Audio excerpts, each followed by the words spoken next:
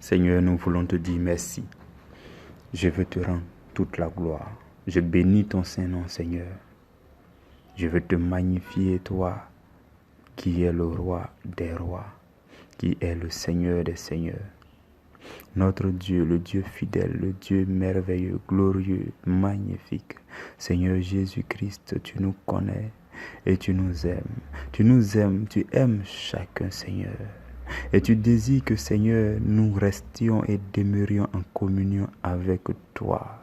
Seigneur, tu nous aimes tellement que tu déploies tes anges, Seigneur, pour nous protéger chaque jour. Ton Esprit Saint est là. Tu l'as déposé en nous. Et tu as dit que notre corps est le temple de ton Esprit, Seigneur.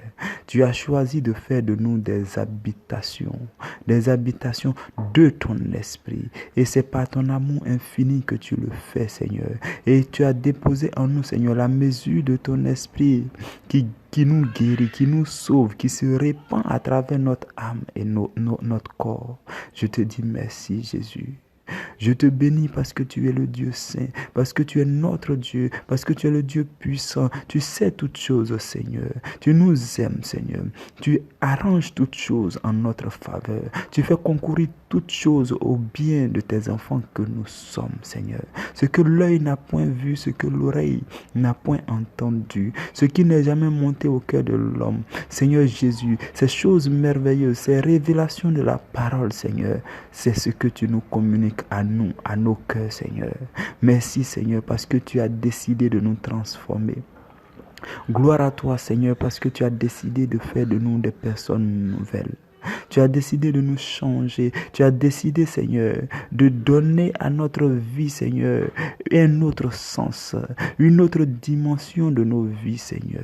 Jésus, je te bénis parce que tu aimes chacun de nous. Je te bénis parce que tu visites chacun de nous. Tu sais où chacun se trouve. Tu sais où ce que chacun fait à chaque instant. Tu connais nos pensées. Tu connais, Seigneur, nos agissements. Tu connais nos tendances. Tu connais nos penchants bons et mauvais, Jésus. Mais Jésus, tu fais tout afin que nous soyons dans ta présence, afin que nous demeurions avec toi, afin d'être plus proches de nous, Jésus. Nous voulons te dire merci. Tu nous appelles, tu tends ta main afin de nous attirer vers toi. Jésus, même lorsque nos cœurs sont fermés, tu es là. Et la Bible dit que tu te tiens en train de frapper afin que celui qui ouvre, tu puisses entrer et souper avec lui et lui avec toi. Nous voulons te dire merci pour ta grâce qui a sauvé l'humanité, ton amour qui a sauvé l'humanité, Jésus-Christ de Nazareth. La Bible dit que le Seigneur nous a tellement aimés. Notre Dieu, le créateur de l'univers tout entier, nous a tellement aimés. Le créateur de toutes les galaxies nous a tellement aimés. Et il a envoyé son Fils unique que tu es, ô Jésus, roi, afin que tu donnes ta vie. Tu as donné ta vie volontairement, afin que nous ayons la vie et que nous l'ayons en abondance, Jésus. Nous voulons te dire merci. Nous voulons bénir ton Saint-Nom, Jésus-Christ. Merci pour cette grande grâce que tu as accordée à l'humanité. Merci pour le sacrifice de ton corps. Merci pour ton sang qui a coulé afin de nous racheter, Jésus. Nous voulons te dire merci. Merci pour ton amour infini. Merci pour cette compassion que tu nous donnes. Nous voulons te dire merci, Jésus-Christ de Nazareth. Merci, Seigneur, pour cette émission. Je voudrais te prier, Seigneur, pour chacun des participants sur cette groupe, pour tous tes enfants que tu réunis afin de t'écouter, afin de t'entendre, afin de prendre ta parole, afin d'être transformé par ta parole. Je te bénis pour chacun, Seigneur. Tu connais chacun et je veux te les recommander, de les soumettre à ta grâce, Seigneur, afin que, roi des rois, tu ne les quittes point des yeux, afin que ta faveur demeure sur chacun de là où ils sont, Seigneur, dans quelques pays où ils se trouve. Je prie, roi des rois, que ta grâce demeure sur tes enfants. Je prie que ta paix demeure sur tes enfants. Je prie que ton amour demeure sur tes enfants. Je prie que, Seigneur, tes bénédictions leur soient accordées. Ce que tu nous as promis, Seigneur, en tant qu'héritier du royaume des cieux, en tant qu'ambassadeur, Seigneur, du royaume des cieux, je prie que tu accordes cela à tes enfants. Je prie que ta bénédiction soit les leurs. Je t'en supplie, Seigneur. Accorde à chacun de nous ta faveur. Accorde-nous la grâce de te connaître, de te découvrir de jour en jour, de t'aimer davantage, Seigneur, de nous rapprocher de toi, de communier avec toi, afin d'aimer nos frères, afin d'aimer nos sœurs. Jésus, donne-nous, Seigneur, de t'aimer et de ne vivre que pour toi. Toi qui vis et règnes dans les siècles des siècles, nous voulons te dire que nous t'aimons. Merci pour ce moment que tu nous donnes encore en ce matin. Merci Seigneur Jésus-Christ parce que tu nous réunis autour de toi. Tu nous réunis afin de méditer sur ta parole. Tu nous réunis afin de t'enseigner Jésus, de nous enseigner Jésus. Tu nous accordes l'Esprit Saint, le Paraclet. Et tu as dit qu'il prendra tout ce qui est à toi et il nous l'annoncera. Et il nous enseignera, Seigneur, la parole. Et il nous conduira dans toute la vérité. Nous voici autour de toi, Seigneur. Accorde-nous maintenant ton Esprit Saint, la plénitude de ton Esprit, ton onction, afin de nous enseigner et nous conduire dans la vérité tout entière. Je t'en supplie, Seigneur. Accorde-nous la grâce de t'aimer et de demeurer dans ta présence, de rester connecté à toi, d'écouter ta parole, de la mettre en pratique, Seigneur Jésus-Christ. Donne-nous, Seigneur, de ta présence. Donne-nous la force, Seigneur, pour t'obéir. Et que ton nom soit béni, Roi des rois. Amen.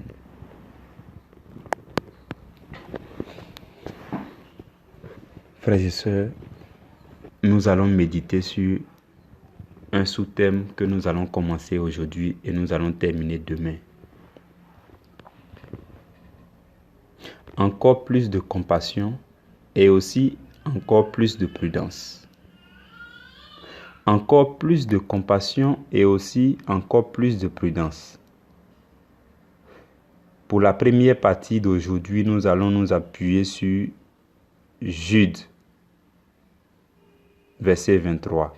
Jude, chapitre 1, verset 23. Et demain, nous allons continuer avec la seconde partie. Je lis le passage qui nous est soumis. Jude chapitre 1 verset 23. Sauvez-en d'autres en les arrachant du feu. Et pour d'autres encore, ayez une pitié mêlée de crainte, haïssant jusqu'à la tunique souillée par la chair. Parole du Seigneur. Je relis. Sauvez-en d'autres en les arrachant du feu.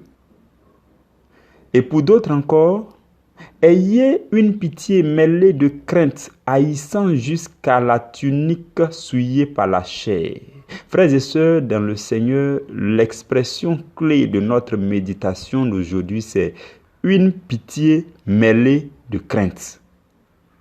Pitié mêlée de crainte.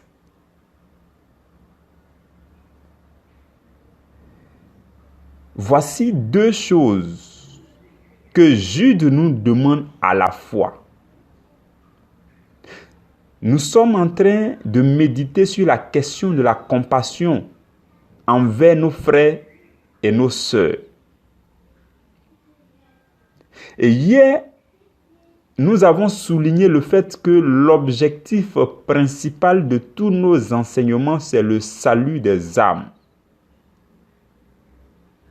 Et encore, dans le passage que nous venons de lire, il est écrit « Sauvez-en d'autres en les arrachant du feu », qui fait ressortir le salut. Le salut qui permet d'arracher des âmes du feu de l'enfer.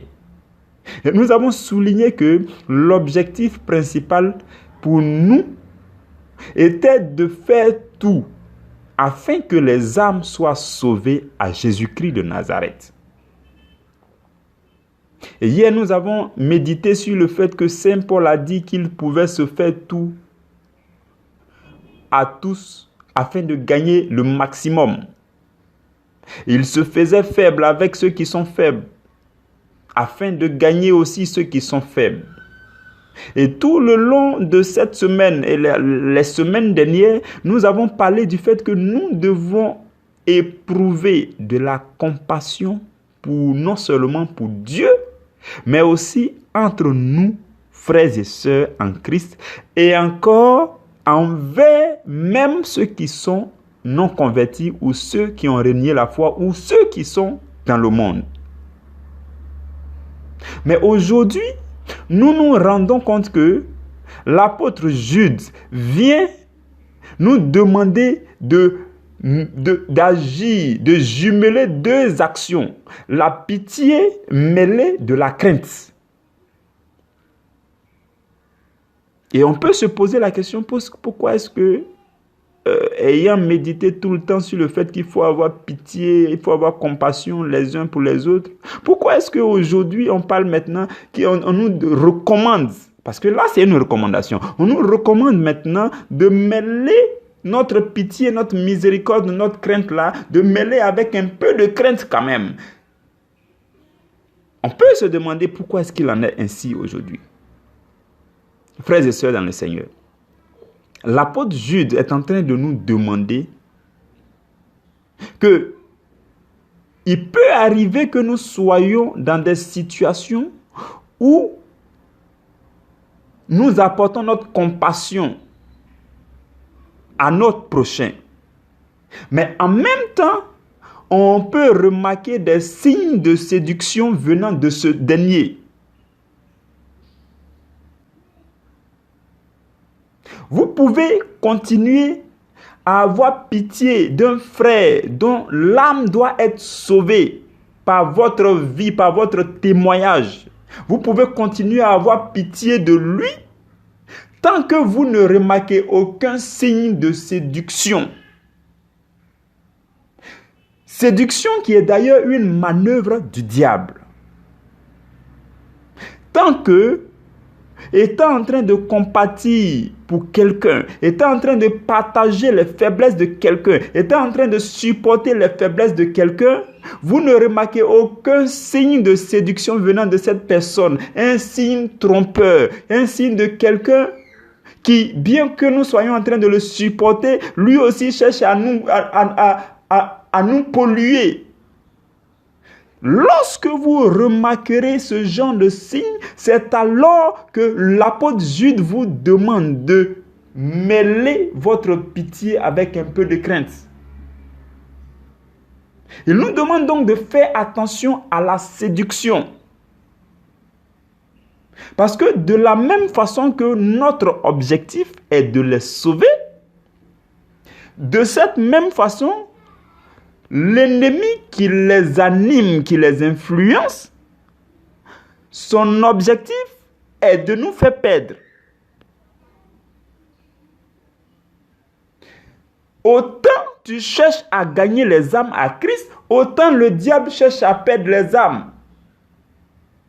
Du coup, nous devons faire attention. Nous devons ouvrir les yeux pour voir s'il n'y a pas une manœuvre cachée ou subtile de la part du diable à travers celui pour qui nous manifestons la miséricorde, la compassion, la pitié. Et si vous commencez à remarquer ce genre d'attitude plus ou moins discrète, mais avec un peu de séduction, de tromperie, d'hypocrisie, l'apôtre Jude nous demande en ce matin de mêler notre compassion avec un peu de crainte. Et il nous recommande même d'ailleurs d'aller plus loin jusqu'à haïr toute forme d'impureté, toute forme de souillure. Parce que quelqu'un pour qui vous éprouvez la compassion peut avoir tendance aussi à s'imposer, à imposer ses principes, à vous imposer ses principes. C'est alors que l'apôtre Jude nous dit, mais non, il faut qu'on reste accroché à nos principes chrétiens. Sinon, c'est la séduction qui peut nous gagner. Mais si nous mêlons notre amour, notre compassion, si nous mêlons avec un peu de crainte, et que nous montons la garde, et que nous faisons attention, et que nous ouvrons les yeux spirituels pour voir certaines choses, alors nous avons la chance de nous en tirer, non seulement de nous maintenir en Christ, mais aussi de les arracher du feu de l'enfer. Voici ce que l'apôtre nous demande en ce jour. Frères et sœurs, il est bien que nous disons tout cela, mais il y a une meilleure façon de procéder. Et nous allons voir ça demain. La meilleure façon de procéder, c'est de rester en communion avec votre Christ, avec votre Seigneur Jésus.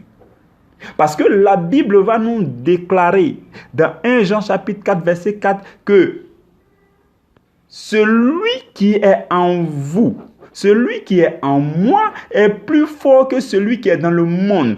C'est-à-dire que tant que vous avez Jésus-Christ en vous, personne ne pourra vous tromper. Du coup, le challenge, le défi, c'est d'avoir Christ en nous et en abondance. Le défi, c'est de rester en communion avec le Seigneur Jésus, avec sa parole et avec son esprit. Et alors, peu importe la séduction, on pourra s'en sortir. Frères et sœurs, demain nous allons mieux développer comment monter sa garde dans le Seigneur. De sorte que vous pouvez manifester votre amour, votre compassion pour le salut des âmes, sans rien craindre parce que vous avez le Seigneur Jésus-Christ avec vous. Demain, nous allons en parler dans plus de détails. Je prie qu'à travers cette petite méditation, le Seigneur te communique son esprit de force afin de transformer ton cœur et de transformer ta vie, et que tout ce que tu fais, tu les fasses avec prudence, avec pour objectif principal le salut des âmes, et que ta place merveilleuse et glorieuse qui est auprès du Seigneur, que cette place ne te soit jamais ôtée, et que grâce à toi, à ta vie, à ton ministère, grâce au fait que tu accompliras le travail que Jésus t'a confié sur cette terre, une multitude d'âmes soient sauvées à Christ pour la gloire du nom de Jésus et pour ta pleine récompense au ciel. Au nom de Jésus. Amen.